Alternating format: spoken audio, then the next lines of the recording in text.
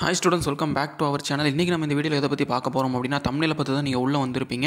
Schools reopen ஆன உடனேவே இந்த அகாடமிக் இயரில் கம்பல்சரியாக இதை அமல்படுத்தியே ஆகணும் அப்படின்னு சொல்லிட்டு 3 முக்கியமான சட்டங்களை ஏற்றிருக்காங்க நம்மளுடைய தமிழ்நாடு அரசு. இதை சட்டம்னு சொல்லிட முடியாது, கண்டிஷன்ஸ்னு சொல்லலாம்.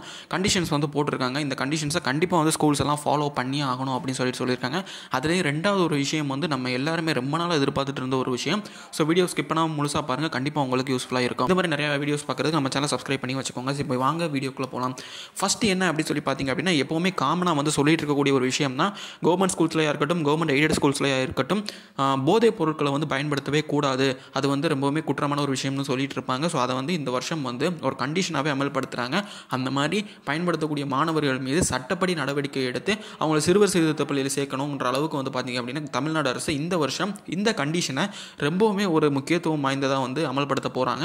கண்டிப்பாக இந்த மாதிரி போதைப் பொருட்கள் பயன்படுத்தக்கூடிய மாணவர்கள் மீது ரொம்பவுமே சிவியர் ஆக்ஷன்ஸ் எடுக்க போகிறதா இந்த வருஷம் சொல்லியிருக்காங்க. ஸோ அதனால் 10th 11th 12th படிக்கக்கூடிய மாணவர்களாக நீங்கள் இருந்தீங்க அப்படின்னா, பள்ளி வளாகத்துக்குள்ளேயும் சரி, பள்ளியை சுற்றி 100 மீட்டருக்கு வெளியிலையும் சரி, நீங்கள் போதைப் பொருள் பயன்படுத்துறது தவிர்த்து கொள்வது உங்களுடைய வாழ்க்கைக்கு, எதிர்காலத்துக்கு ரொம்பவுமே நல்லதாக இருக்கும். ரெண்டாவது முக்கியமான விஷயம் என்ன அப்படி சொல்லி கேட்டிங்க அப்படின்னா, தமிழ்நாட்டில் இருக்கக்கூடிய 1 கோடிக்கும் மேற்பட்ட பெற்றோர்களுடைய வாட்ஸ்அப் எண்களை வாங்கி அவங்களுக்கு ஒரு வாட்ஸ்அப் குரூப் கிரியேட் பண்ணி அவங்க மாணவர்களுடைய நடவடிக்கைகளை தினம் பெற்றோர்களுக்கு அப்டேட் பண்ணுற மாதிரி ஒரு விஷயத்தை அமல்படுத்த போகிறதா தமிழ்நாடு அரசு சார்பில் இருந்து சொல்லியிருக்காங்க.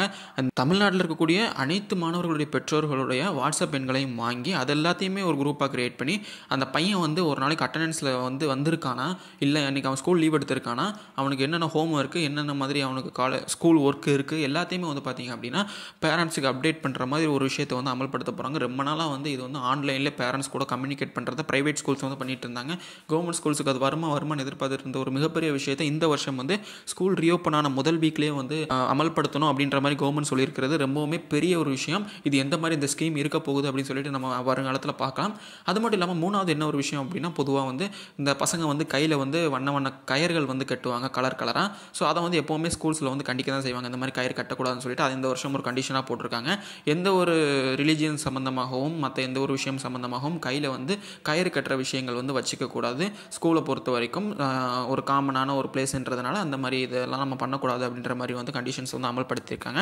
ஸோ இதில் எனக்கு ரொம்பவுமே பெருசாக பார்க்கப்படுற விஷயம் அந்த ரெண்டாவது ஒரு விஷயம் தான். பெற்றோர்கள் எல்லார் நம்பரையும் இணைச்சி ஒரு வாட்ஸ்அப் குரூப் கிரியேட் பண்ணி பசங்களுடைய டெய்லி நியூஸ் அப்டேட் பண்ணும்போது அது எந்த அளவுக்கு ஒரு இம்பாக்ட் கிரியேட் பண்ணுதுன்னு சொல்லி நம்ம பார்க்க போது தான் தெரியும். மற்ற 2 விஷயமுமே பசங்க ஃபாலோ பண்ணிக்க வேண்டிய விஷயம் தான். இந்த வருஷம் கண்டிப்பாக ரொம்ப ஸ்ட்ரிக்ட்லி கவர்மெண்ட் இருக்கிறதுனால இந்த மாதிரி ஒரு 3 விஷயங்கள் ரொம்ப நல்ல விஷயம் அமல்படுத்துறது கண்டிப்பாக இது மாணவர்களுடைய எதிர்காலத்தை பாதுகாக்கிறதுக்கு ரொம்பவுமே யூஸ்ஃபுல்லாக இருக்கும்.